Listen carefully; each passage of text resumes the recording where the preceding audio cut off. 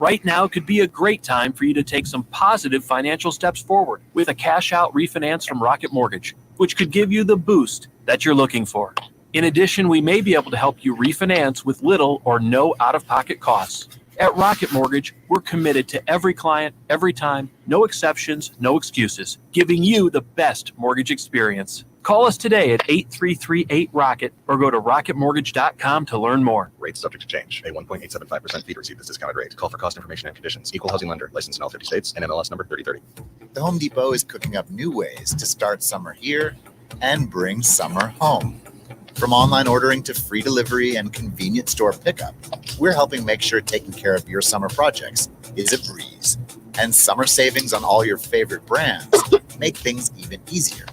So freshen up the deck, fire up the grill. Summer's here, and it's as close. All right, here we go. The Home Depot. How do doers get more done? Life, Love, and the Grind is sponsored by Life, Love, and the Grind is Limited, and to the extent applicable, their guests. The views and opinions expressed therein do not necessarily reflect those of News Web Radio Company or its management. Welcome back, guys. On another Sunday, we got a very exciting show for us today. I'm sure Sarah will work on the echo that we're hearing right now, but I'm on with Donte Diesel Williams. We're going to get into why that nickname is the place. As always, my buddy Sean Allen. This is going to be a show where we really delve into the issues.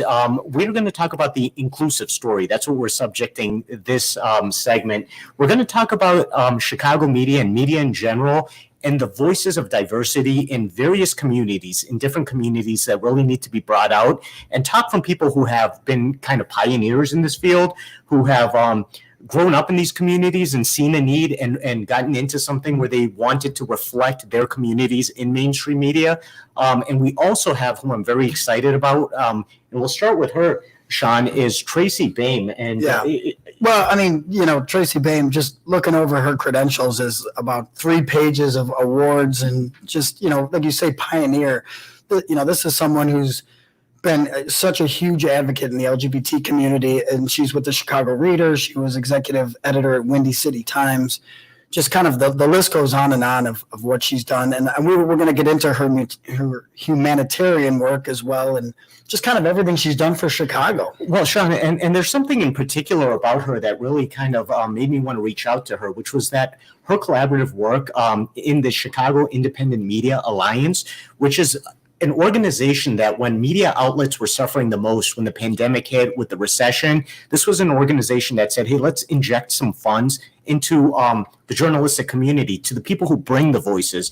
We're talking about organizations that have catered to not only specific communities, but kind of brought light to the issues that they deal with. And I think that's vitally important as we decide how we're going to tell our story as a collective with all the communities involved. Tracy, are you with us? Yes, I am. Thanks for having me. Oh, our pleasure. Absolutely our pleasure. So you're on with Sean and Raza. Donte's here too, and he's going to jump in. But Tracy, tell me a little about, first of all, tell us, most of our listeners know the Chicago Reader, but tell us a little about it, and then tell us about your work with the Chicago Independent Media Alliance. Sure. The Chicago Reader was started in 1971. It was the nation's first free weekly newspaper. It's always been kind of seen as an alternative or alt weekly. And it did longer features. It did more deep dives on culture and politics. And about 1.5 years ago, I was brought on as publisher when it was newly independent. It had been run by the Chicago Sun-Times for several years. And it was brought on as newly independent in late 2018. And that's when I was brought on as publisher. I co-founded Windy City Times in 1985. So I had experience running community media, and they thought that might translate over into the Chicago Reader. So tell us, how has the climate changed? I mean, you started this in 1985. I mean, it had the LGBT community wasn't even the LGBT back then. I mean, how much have we come forward, and how much have you seen over the last 30 years? It's unbelievable, really, the progress that the LGBTQ community. Back when I started, it was really mainly called gay and lesbian. Before that was homosexual or homophile. Within my lifetime, I was born in 1963. It is an unbelievable leap forward for a community, but it's only because there were prior civil rights movements like the Black Civil Rights Movement, the American Indian Movement, the immigrant rights movement, the women's movement. All of those movements not only helped the LGBTQ movement because they were first socially, but they were also first in the courts fighting for their rights. And a lot of those precedents that happened have helped us, like the Supreme Court ruling last week on jobs based on sexual orientation and gender identity. That was very specifically based on prior work by the women's and Black civil rights movements. And Tracy, I'm going to ask you, before you got involved and before you gave a voice to that community, what was the landscape like in the Chicago media? What were stories that were important to your community, relevant to what you were dealing with, what maybe friends within the community were dealing with? How were they covered, if at all? So I started in 1984 at a newspaper called Gay Life, and there had been several different gay and lesbian newspapers, really going back to the early 1960s in Chicago. They were more like newsletters and things like that. But after the Stonewall riots in 1969 in New York, a lot of gay newspapers started to spring up too. And Gay Life was one of those. It was in Chicago. And a lot of the reason there was a need for a gay press was even today, but certainly through the 80s and early 90s, the mainstream media was either ignoring our community, which was the better thing, because when they were covering our community, it was full of stereotypes of pedophilia and that we were spreading HIV/AIDS, and they just weren't doing it in a very nuanced way that was representative of the community I was part of. So I was a trained journalist, which a lot of the people early on in gay media were not. I went to journalism school. My parents were journalists. So I wanted to put a journalistic lens on these issues. And with my colleagues at Gay Life and then at Windy City Times, we felt like we were covering both the good and the bad things within the gay community that the mainstream media was ignoring or covering badly. And, that kind of brings me to what I wanted to talk to you about as well, Donte, is I think Tracy brings upon a good issue, right? Like, if you don't understand the community, the only time you cover it is maybe when there's negative stories that you believe can maybe sensationalize something or reach out to a particular audience, but it does so negatively. Sean, actually, you and I were speaking about, you were like, how come the only time we hear about coverage in some of these communities is when there's a shooting? It's always the negative coverage. It's always the, like I don't want to hear about the Black community in the bad times. I don't want to hear about the LGBT community about the bad times. Let's hear about the empowering stuff and we feel that way in the labor movement. You hear about the negatives of the labor movement, never the empowering times of what we always bring to society. And Donte, I want to ask you about that because you grew up on the West Side. You were a young man on the city's West Side who loved the news, who wanted to get into the news. So tell me what made you decide that your story needed to be told and how you envisioned telling it. I was a news junkie, like you said. And I remember the first news person or reporter that I saw was Art Norman. Mm-hmm. And fortunately, I also had people in my family who influenced me and didn't limit me, like my father and my mother, my father, the uncle who was also in radio. But just seeing some of the stories, man, some of the things that happened growing up, you do see crime, you do see violence, you see the negative, but you also see the positive, which is like, I look at my parents, I look at, my neighbors that I grew up with in the community who were working hard and putting on block club parties and things like that.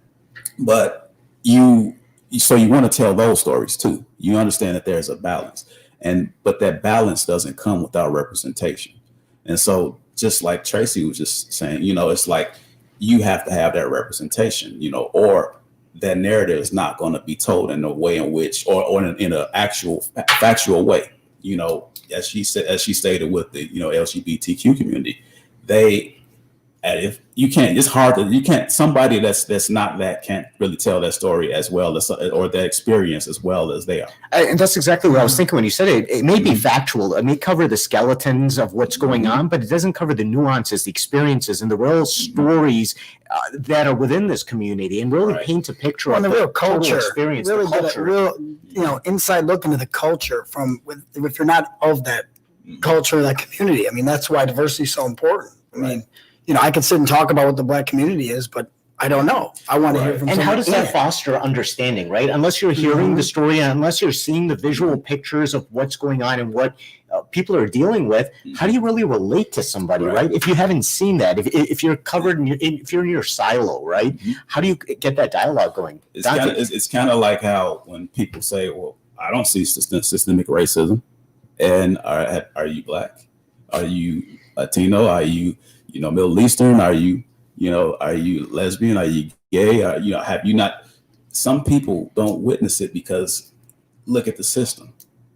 And so, you have people who say, well, I don't see it. I don't think it exists. Like, you're not the person to say that. You're not affected by it. Well, and I think that speaks so much about why these videos, when they're released, really captivates people, because now they are brought in almost as a witness to account to see what the experience is like. Because without those, you're hearing about it, but you're not seeing it with your own eyes. I remember when my wife Sarah saw the video, she was looking and she was like, almost in tears, because you are relating with this gentleman who you're watching with a knee on his neck. And if you flip the script and all you do is take George Floyd and make him white, and you say, okay, now look at this. Now how do you feel? Okay. And I think that's what people are, some people fail to see, the people who still who oppose what happened or any situations like that. You have to look at it from, the other side of the coin. I'm a journalist, a photojournalist, but also my background is in sociology. And so one of the things that I've always tried to do, even going back to college, was to try to see things from both sides of the coin in order to come to a conclusion. And even in this sense, you had I've witnessed, police brutality. I've been a victim of police brutality. And so, and it's not uncommon in our community. And that's the sad thing. And it's inflicted on Black people, not just by white cops, but by Black police officers as well. And I'm not saying all police officers are bad, but this is the culture of the police force in our communities and policing in our communities. And I want to kind of get into the police as an institution, just as media. And if you kind of keep people on the sidelines, don't really get into the issues, you're doing a disservice at all. So Tracy, I want to bring you into your work with the Chicago Independent Media Alliance and what you envisioned in terms of helping these organizations. First of all, if you could tell us a couple of the news outlets that the organization has helped, and then tell us why you wanted to empower them again. Well, so last summer, we started this as a project of the Chicago Reader, just to find out what people needed. And one of the things that for sure we saw is that very small organizations and the medium ones, we have ones as small as Ergo, which is a podcast, the Better Government Association, Chicago Crusader, La Raza, Korea Times. It's a free membership organization. And when COVID struck, we know the Reader was devastated. We had a 90% drop in paid advertising.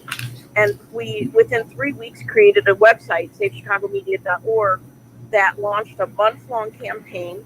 Of the 62 members of SEMA, 43 of them joined together, including papers like in Oak Park, and papers that are geographically centered, as well as papers that are by and for African American, Latino, Asian, and LGBTQ.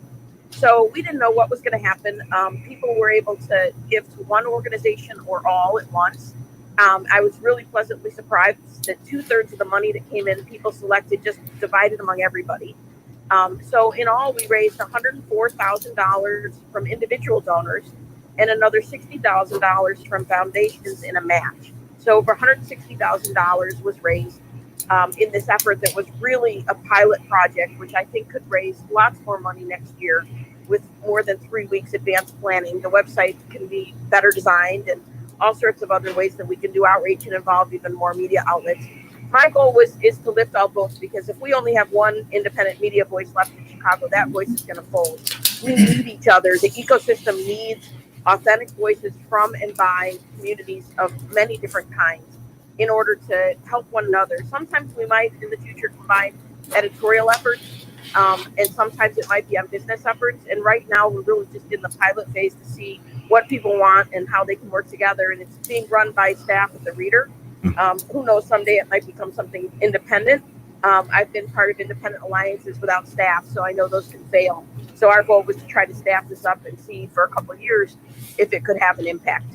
And again, I think it's important to talk about what this means to the community, what this means to the viewership. I mean, we all know of ABC, NBC, CBS, Fox, Univision, right? These are the mainstream media outlets. But I want to remind you, one of the biggest cultural changes and paradigm shifts in Chicago was the video release of Laquan McDonald, which was not broken by any of these multi-million-dollar news organizations, but instead by a freelance journalist, Brandon Smith, who took it upon himself to take that investment and in that stake and follow this through. And then when it was released, of course, it just blew up and people saw this transgression and wanted to make it right. But again, I think this really is paramount to understanding what independent media and what independent journalists can do. Donte, what do you think? Yeah, I agree. I think that what we're seeing right now is something completely different.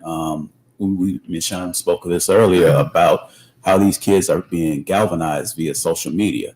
And you're seeing a lot of kids, I mean, and not just kids, just people in general who are gravitating towards watching and getting their news on social media.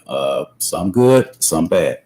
But, you know, to see these protests and to see the rallies and everything like that, and a lot of the stuff has been galvanized via social media and just connections and just, you know, whether it be Facebook or Instagram or whatever. You're seeing people who they have these lines of communication open, more lines of communication open than ever before. And so, I mean, it is amazing to see, but it's just like we have to keep doing it. And just what Tracy was just saying is it is important for us to have these legitimate voices like hers and like other outlets like the WBEZs of the world who are out here putting, you know, our nonprofit, but they are putting out, an educational tool for us to learn from. And Raza just mentioned that Laquan McDonald shooting. You know, what's the difference now? I mean, that was a few years ago, and the outcry wasn't as much there. And like we always were saying, like, is this the straw that kind of is finally breaking the camel's back? I mean, this is so much outrage and rioting and all over the world. Like I said, it's global. I mean, what do you think has been the shift? It's repeated. Just the repeated seeing these videos, just constantly seeing them. You know, the Ahmaud Arbery's, you have George Floyd, you have Laquan McDonald, you have all these instances now that you're starting to see, and it's becoming more and more visual. And not just that, you're also seeing a lot of the confrontations, daily confrontations that we're seeing through people who have, racist confrontations in stores or whether it be with police or whoever. It's a buildup. It's a buildup, and it's been building up in our communities, but it hasn't been being seen until now. And so now you have cell phone video, you have social media, you have the ability to go live off of a cell phone, so you can instantaneously show, some social injustice being done. So my question is: it getting worse, or are we just seeing it more? We're seeing it more. It's always been here. It's always been here, and I do think that the rhetoric coming from the top, from the White House, hasn't helped. When you have leadership who is not being a mediator, but instead being an agitator, it doesn't help. And so and I don't want to get political, but I don't agree with some of the things that Donald Trump says. And, because what he does is he's not good for anybody. And I've said this to people before. I say he's not good for even his followers or people who are against him, because what it does is it creates anger in everybody. Everybody's riled up. Everybody on either side, if you for him or against him, you're riled up. And that's a recipe for disaster. It's a pot brewing to burst. And it's always, and you know what? We always talk about it. Leadership matters. Yep. Well, absolutely. And we have to hit our first commercial break, but we're going to be back with our guests, Tracy Baim and Donte Williams. We're also going to bring on Ken Bedford. I call him Kenny. I have to make sure not to do it on the radio. You may have read about him this week. He's with the ABC7 Chicago. He's a photojournalist that you may have read was injured in doing his course of duties. He's been doing this for over 45 years. This is the first time he's ever been injured. Also a pioneer journalist in the Black community in Chicago, and we'll be getting to him. So we're going to keep this conversation going. There's a lot to talk about, but first, this commercial break. This is Louis Geyer from GWC Injury Lawyers. Now that cannabis is legal in Illinois, an understanding of the law and the risks associated with ingesting cannabis is critically important. Under the Cannabis Act, you can legally ingest marijuana only in a very limited number of places, not in public, not on government or school premises, and not even in your own condo or apartment if your landlord has a no smoking policy. A positive test potentially lead to your rights in What are you saying, sir? area: employment, work injuries, and driving. So if your employer has a zero tolerance drug and alcohol policy, you can be terminated if you fail a drug test, even though your cannabis consumption was legal. If you're hurt on the job and test positive for cannabis, the legal presumption is that your accident was caused in part because of the cannabis, and your workers' compensation rights can be totally denied. DUI laws have not changed. Impaired means impaired, and a DUI due to cannabis or alcohol can ruin your career. If you want to indulge in legal THC before you ingest, read up on your rights at gwclaw.com. Megan Financial is an independent retirement and financial services firm dedicated to the working men and women of organized labor.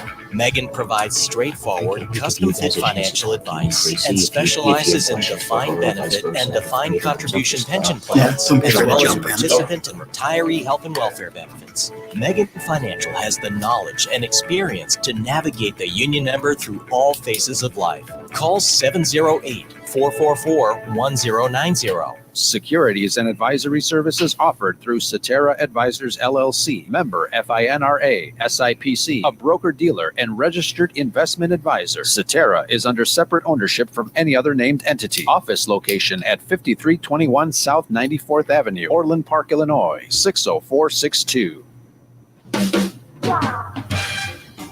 All right, if you're just tuning in, you got Sean Allen, Raza Siddiqui, Life, Loving the Grind. We're hearing from Tracy Baim, Chicago Independent Media Alliance publisher.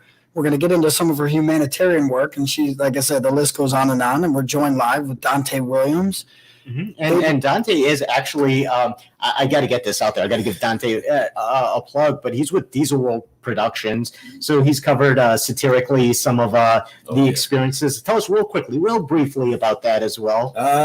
Yeah, we I team with my partner, Jay Davis. He's my business partner, and he writes a lot of the sketches. And we did come up with a sketch called "Is This Racist?"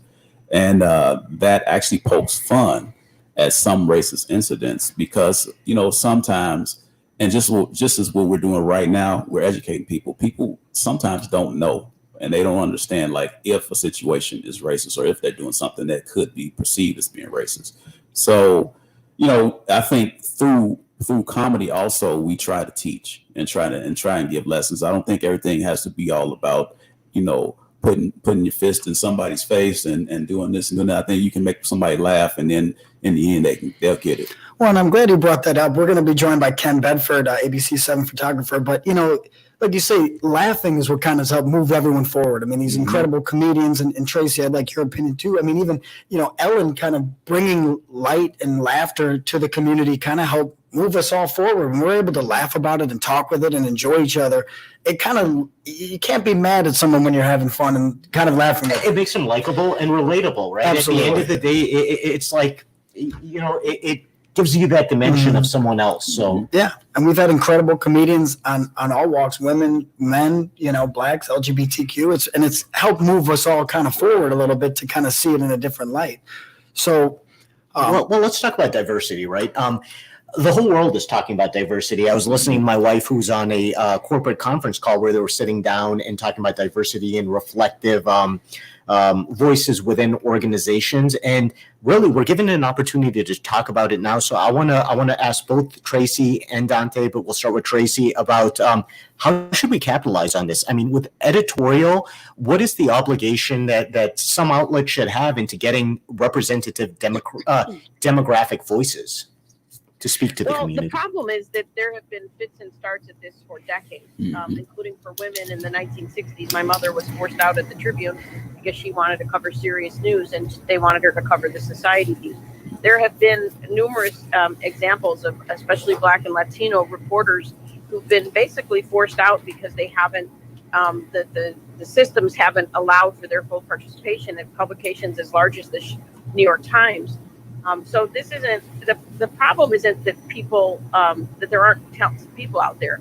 The problem is even when they're often hired in a token way, and the systems don't change in order to make the system better, right? Those folks are either represented, one person is asked to represent their entire race, and then they're not given the tools and the inclusion in the power structure. So it can't be that you're just bringing in people at the low level. You have to bring people at management level, at the C-suite level, at the CEO level, to make significant change. They can't be alone. They need to be bolstered by policies and other people. And then in the LGBTQ space, it's interesting. Sometimes allies are the most important for us because many people can't afford to come out of the closet. So having a welcoming environment is multi-pronged, and it's not as simple as having a DEI or diversity inclusion type exercise. It has to be at the management level to make change. And why not the ownership level? Actually, that's the other thing. And I was just saying the same thing to Sean earlier was that, there needs to be more representation in regards to management, the decision makers, because these are the people who can help change the policies and, or like in our case, coverage of the media, but also who covers what and the sensitivity towards those communities.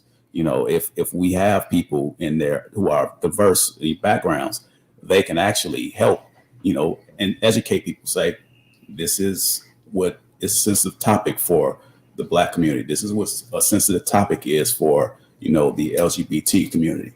Well, and let's not forget sources, right? If you're from the community, if you've had that experience, if you've grown up with people, you're going to be able to have the sources to tell that story far better than someone who's market hopped, which in our industry means come from a smaller market, that when you've been part of that community. Exactly. Well, and in today's day too, with social media, it's so much in your face that media now more than ever has, I feel like, such a stronger obligation to show the good stuff. I mean, if you're only showing the bad shootings in Chicago in the south side or the west side communities, well, they're really pushing the narrative. Are you even going to be relevant anymore? Because when you are competing with people who are telling their own story, sharing their own experiences, let's, for instance, they talk about Black Twitter, they talk about everything else. When you are telling your own story, but then you are dealing with media outlets who are covering the public trust or only telling a segment of the story, are you even relevant?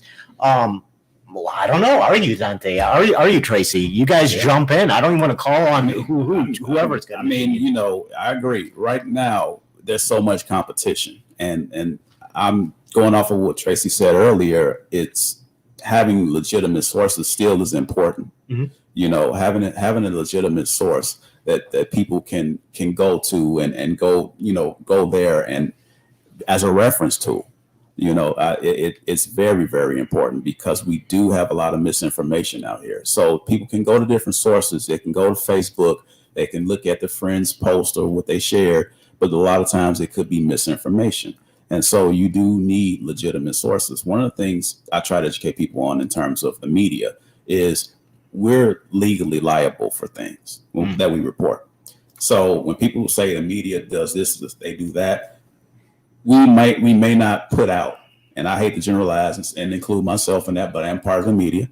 We may not put out the right story, the exact story, but to falsify anything, we can be held legally liable. Now, on the flip side, on Facebook or Instagram or Twitter or whatever, if you put out misinformation, misleading information, you're not legally liable, and you can also mislead your followers.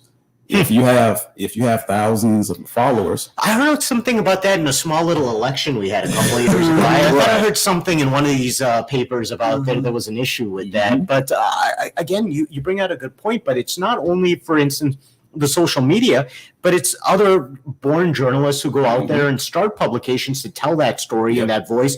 Tracy, why don't you tell me, of the organizations you funded, was everyone able to pull through? Were some unfortunately not able to be self-sufficient and self-reliant even after the injection of funds?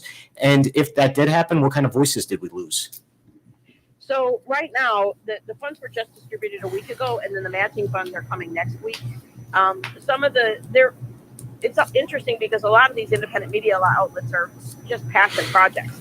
So there's 1 or 2 people or 5 or 10 people, and they are not in some ways as vulnerable as a Tribune, which has been laying off and furloughing, and BEZ laid off 12 people because they're so small, right? But I do see that last year we lost the print edition of the Chicago Defender. We lost OI totally because the Tribune shut it down.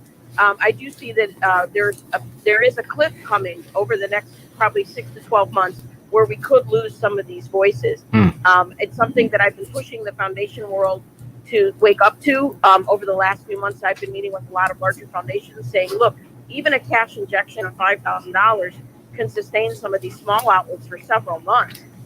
In the case of the Reader, our payroll and such is a lot higher than that, but we're doing a lot of creative fundraising. One of the things we found during the fundraiser is that some people definitely are much better at raising money than others, but the minimum somebody got out of it was around, I think, $1,800. Some of them raised as much as $8,000 individually that got matched by foundations, but most of the people got probably an average of $3,000 or $4,000. And that's a lot for some of the small outlets. It's not a ton for the Reader, but what it shows me is there's a capacity for more. If we work together and we get even more matching dollars from foundations, that there's a much larger capacity for people to support community media than has been tapped into yet. Again, like I said, 2/3 of the money that came in, people wanted us to split it among everybody evenly, which was really a surprise. I thought maybe because everybody was sending people to the website from their media outlet, that people would just choose their outlet. But they wanted us to support the whole media ecosystem. So I think that means there's a great potential for us to raise more next year. Well, and I got a question. Me and Raza, we talk about this. What is the future of media? When you have social media, Facebook, Twitter, I mean, where are we going forward? You know what? With all these people. Sean, if you will indulge me, I ask you to indulge me. Will you indulge me? Yeah. You'll indulge me? I'd like to bring on our next guest to weigh in on this. I want to hear from him. Yeah, if we can bring on Kenny Bedford. Kenny Bedford has been one of the longest tenured photographers in traditional broadcast media. But here's the thing. I mean, the guy has been doing this 45 years. He owns social media too, so I think I'd love to hear how he weighs in on this. Kenny, are you with us right now? And he's probably updating his post. Oh, no, there he is. Kenny, hey, you're on with Sean Allen, Raza Siddiqui, Donte, and Tracy. I don't know if you heard the question. Hey, Ken, how you doing, man? Thanks for joining us, Ken. Hey, so Ken, yeah, the question was, first of all, tell us about your experience. I mean, you got into this 45 years ago. You've won several awards, the Peter Elizagor Award. Man, you used to work for Peter Jennings, if I'm not mistaken. Oprah, too, I think I heard. Young lady by the name of Oprah. Oprah Winfrey. Let me start. I've heard of it. Yeah. In 1972, October 1972, and the very first story that was here, there was a fire there was a plane crash that Michelle Clark was killed at Midway. And I think that was part of the end of the Watergate investigations, and they found a lot of money on the plane and all of that. That's my first big story here. And then I think there was a fire at McCormick Place. But I started in 1972 in film, and the media was film. And in those days, I had a wooden tripod. I had there were 5 of us in the car, and Donte might laugh at that. Yep. The cameraman, myself, there was an electrician, a sound engineer, a field producer, and a reporter. We would all be in the same car on a 2-way radio, and we'd go, and that's how we would cover our stories. Highly unionized, because those days we made the transition from the filmmakers, and they were highly union. So you had to have every category was unionized. So the guy, I couldn't touch a light, I couldn't do audio, I couldn't fix a microphone. That was his job. And we had a lot of jobs, and they would also, back in those days, if guys were caught freelancing, the union steward would be out. He would card check a guy on the street and say, "Let me see your card. If you're not in a local, then off you go." So it was very organized. But I started, like I said, I started in 1972. Film was the medium, a wooden tripod, 16mm film, and then I went from that to videotape. From videotape, we moved into disc recording, and now we're into digital cards. Well, Kenny, and we go a step further right now. Oh, you know what? I got to call you Ken on radio. I get a little informal sometimes. But Ken, now we get into the whole thing where we're expected to do social media pushes too, right? So you go from, like you described, a situation where you had multiple people working on telling a story, a real investment in that story, to try to get as much as you can, not only on television sometimes, but also on social media. What do you think about that? Like, I mean, is that a disservice? Is that just a natural progression? How do you see it from your days of carrying a wooden tripod to now a phone realistically and in real time bringing this to the world? What do you think? The industry has come a long way technically.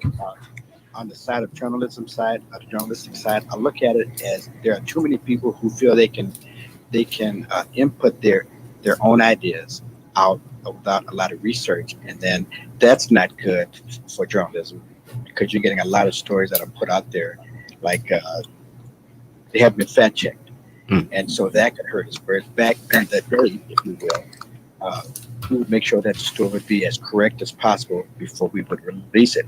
But because there's so much competition right now, the main thing is get there and ensure that your reporter is on the scene and we go live before we have gathered the facts. And then, because of competition, we want to beat NBC, we want to beat CBS. So we may go on with our reporter as we just arrive on the scene, as opposed to waiting and then talking to people and finding out what happened, and then go live and really have something to say. And I think that's the nature of the business now. But I think what's certainly better in terms of content back then than now. There's a lot less corrections were being made back then, and now there's a lot of corrections being made now because they jump too fast. Well, Ken, you say about, freelancing, and realistically, everyone almost is a freelancer now because everyone has a cell phone. So you're videotaping a story that goes viral almost before the news media even has a chance to kind of run it at times, right? You're absolutely right. Let me give you a good example. I've been working at ABC and in my career over 40, close to 50 years as a photojournalist, and I've never ever shot a tornado video of a tornado. But because there's cameras on phones, there's so many people that are out shooting pictures. There are literally thousands and thousands of videos of a tornado, a funnel cloud. I've never seen one in person. I've been shooting all these years. So that just goes to show you just how many people have cameras, just how many people can interpret stuff. And like Donte said earlier, that with the George Floyd situation, this young girl, 17, 18 years old, she stayed on the shot that really changed the world, or is in the process of changing the world, just by holding a simple phone camera on a video of a murder. Yeah, that's kind of crazy. These are kind of unprecedented times where everyone's kind of on the scene and everybody's now, and now, like I say, so now where are we going forward in news media? Because as great as that can be and change the world, now you have these influencers or these people with maybe millions and millions of followers, like a Donald Trump, or certain people that their narrative and their message gets out and it influences so many people. Well, what's interesting about that is they've really been able to bypass that analysis, right? They've been able to bypass the scrutiny by mainstream media by capitalizing on these direct ways and direct messages to get out there. And I think that's something that Kenny, Tracy, and Donte, that we want to talk to you about right after this break, talking about the how we reinvent ourselves and stay relevant in the media right after these breaks. Life, Love, and the Grind is proudly sponsored by Rich Lewandowski and our friends at Breaker Press, Chicagoland's top choice for union printing. We're a third-generation family-owned business that has been helping unions and political campaigns win since 1976. We've been involved in hundreds of winning elections, and we get our printed materials to you. This is a little behind the scenes about what we're doing. This is how we plan for the next segment. So again, want to make sure that we're engaged and going forward with the relevant discussion when we come back on air, which should be after this break. Your supporters' front yards. Breaker Press can help you reach the voters you need. Call Rich at 773-852. I want you to ask Kenny a question. When we come back, I want to say, as a guy who's younger in this, talking to a guy who pioneered, ask him whatever question you got in your mind. Actually, do you want to bring us back, or do you want us to? No, you bring us back. I'll ask him. Life, Love, and the Grind. You're joined by Raza Siddiqui, Sean Allen. We got a couple of great guests today that we're very excited about. Kenny Bedford with ABC7 photographer. Almost there. 50 years. Can you believe that? Incredible. So we're kind of weighing in on like old school, new school media and the relevancy of it. We're also joined by Tracy Baim, publisher at the Chicago Reader, and Donte Williams. And one of the things I thought would be kind of cool is Dante's been doing this a while, but nowhere as long as Ken Bedford has. So I want to give. I don't have the experience that he has.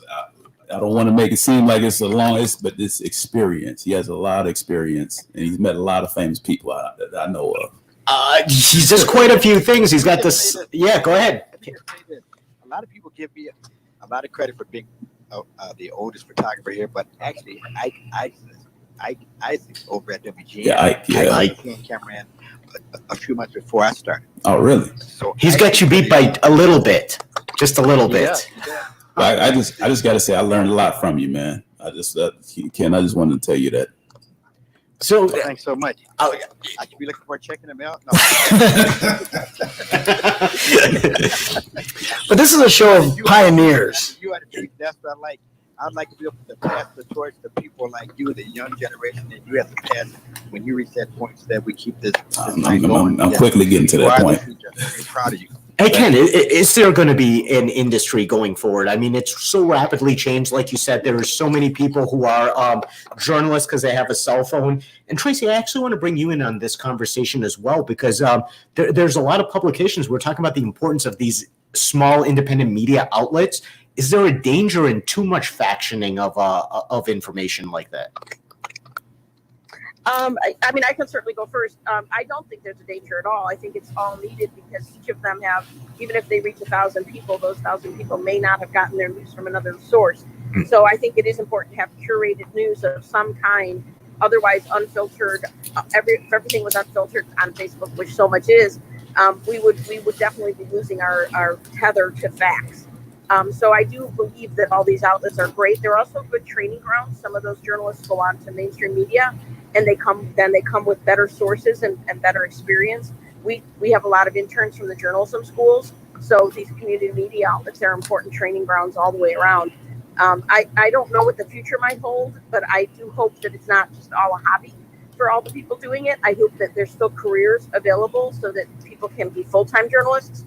But I always believe there will be journalists, just like musicians. It might be that a lot of them are doing it as freelance or part-time or even as volunteer to get the word out. It's in many people's blood, and they're going to figure out a way to get that news out. And Ken, go ahead, please. I'd just like to say that the need for a story to be told is not going to ever change. I think what's changing is who owns the news out, the news organization. As these special interest groups come in and begin to buy in and tell their story exclusively, that is a danger. But in terms of people wanting to find out the truth and information, that would never go away. Is there a danger, Donte? What do you see? Be kind of monitored. Yeah, I agree. And I think the answer to that is that we have to make sure that us as the reader, the viewer, the listener, we have to cross-reference as much as possible. Mm-hmm. And this way we're not getting just one side, because right now everybody's doing an editorial column. Well, they always used to say, don't believe everything you read, right? They always used to say, make sure that what you're reading, that you're fact checking. And I think that's more important than ever because of all these sources. And just do research. I mean, like Ken said, you don't want to, look at just one source. I know some people look at, one station, or they look at, read one, newspaper or whatever, but it's important to look at other sources. That's just, like I say, going back to my sociological background and doing research, that's what we were always taught to. Get out of your echo chamber, right? Yeah. A lot of times you're in your community, you're talking to the same people, you have your principles and your ideas, but why not challenge those? Why not see what other perspectives are out there? And I think that's an exciting opportunity we get sometimes with independent And you can't just open up Facebook and get it all from Facebook. Right. Because we kind of realize that a lot of that is false, and they're not even fact checking, and they're kind of openly admitting that I'm not going to fact check it, so we can do whatever we want. So you have to really kind of think outside the box and kind of discuss things in different avenues, Right. Absolutely. Because these are changing times. And the biggest danger will be we have to have somebody in leadership in our country that is not discrediting of the media as they were fake news, because that is having an effect on all of us. A dangerous effect. Exactly. A very dangerous effect. I mean, the best way to look at it is say, okay, people who don't see a problem with that, what if you had a president who said fake cops and who looked at all police officers as being bad? If you had a president who discredited anybody else, and I mean, and think of the danger that they would be put in at that, just from that comment. So, I mean, I think like you said, Ken, we definitely have to take charge. I had a question for you and Tracy as well, because, I've been in TV for 17 years, but I just want to know, what do you think has changed positively in TV and in media? I guess I'll start with Tracy, because I know you've had a struggle on your end in the publishing world. Yeah, I mean, certainly newspapers are the most at risk of being lost, and newspapers provide, as Ken was saying, you have more chance to edit. You have more people involved in a story, so that there's more fact checking. So losing actual newspapers.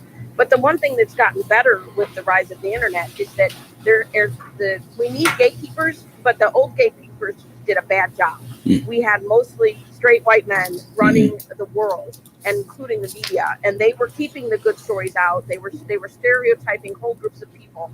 So we still need gatekeepers, but now the internet provides many more people an opportunity to create their own media if they're not seeing their own stories reflected. So there's positives in that.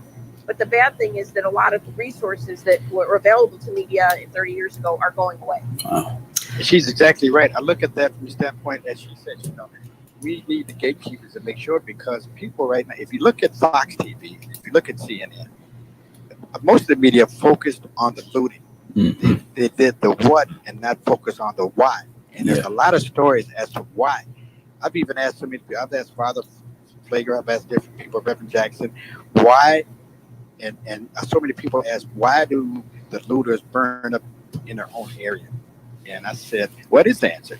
And Father Flager told me, quite frankly, when you're upset and angry, you slam the thing that's closest to you. And that, I had to think about that for a minute. Well, most crime is proximity more than anything, like how they perpetuate black on black crime. There's white on white crime. Exactly. It's more proximity than anything else.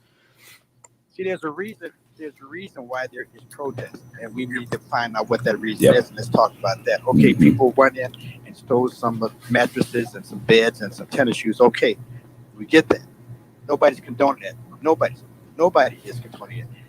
Even to the point that they're talking about the big topic of defunding the police. That's a misled story, because I'm sure most people in our community, the African American community, do not want the police disbanded. I don't, but maybe redirecting some of those funds, that's a good story, because on the west side of Chicago, they're about to put up $180 million training center. Right. Well, is that really needed? Maybe they can take that money and put it into some social services, and then you wouldn't need it. Right. Or pull the police out of the schools and put money in there and make the parents be accountable, and then you wouldn't need police. I never had police in my school. That's a good point. But I agree. I mean, I think it's the balance. I think it's the balance that we need in media and telling these stories is, you have to tell the good and the bad. And, there has to be leadership who's going to say, okay, we have an obligation to tell the facts and what happened in this crime, but also let's shine a light on the positive things. Well, I think it's twofold, right? We need leadership, but we also need investment. And I think we had a lot to talk about today, but I want to kind of close on, or at least address that the investment might be challenged by COVID-19. I kind of want to talk to each three of you about how will companies use this COVID to get rid of union journalism jobs and the investment within the communities. I mean, obviously there were already economic considerations. We saw a Hawaii newspaper, which represented the Hispanic market, closed down with economic considerations. Now we see the possibility. I mean, in the feeder column a few weeks ago, one of the major stations announced that there's going to be layoffs within their ranks. How is this going to affect us going forward? Well, real quick, Ken, you said, the power the unions used to have in the 70s. Everyone had their own craft. I mean, they had so much control over all these different jobs, which kept the city really booming. I mean, where have you seen the changes in a negative way to these unions and these union jobs? Yeah, the companies are squeezing people out. And let me just get back to this one point, is that these companies are not keeping their agreement with the government. The government said, we will pay you 3 months of salary that you would have paid your employees for being off. And now, why are those people being laid off? There will be I don't think we're ever going to go back and to the full percentage of working in the office. These studios are going to close down. People will be writing their stories from home.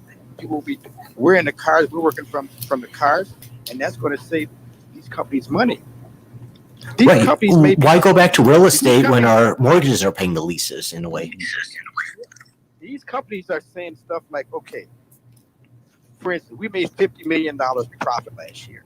So this year we made $40 million, and it's worried about the $10 million that they lost. It's not bottom line yet. When they lose the $50 million, then I can see them saying, okay, now we have to have layoffs, we have to tighten it up. But it's all profit margin.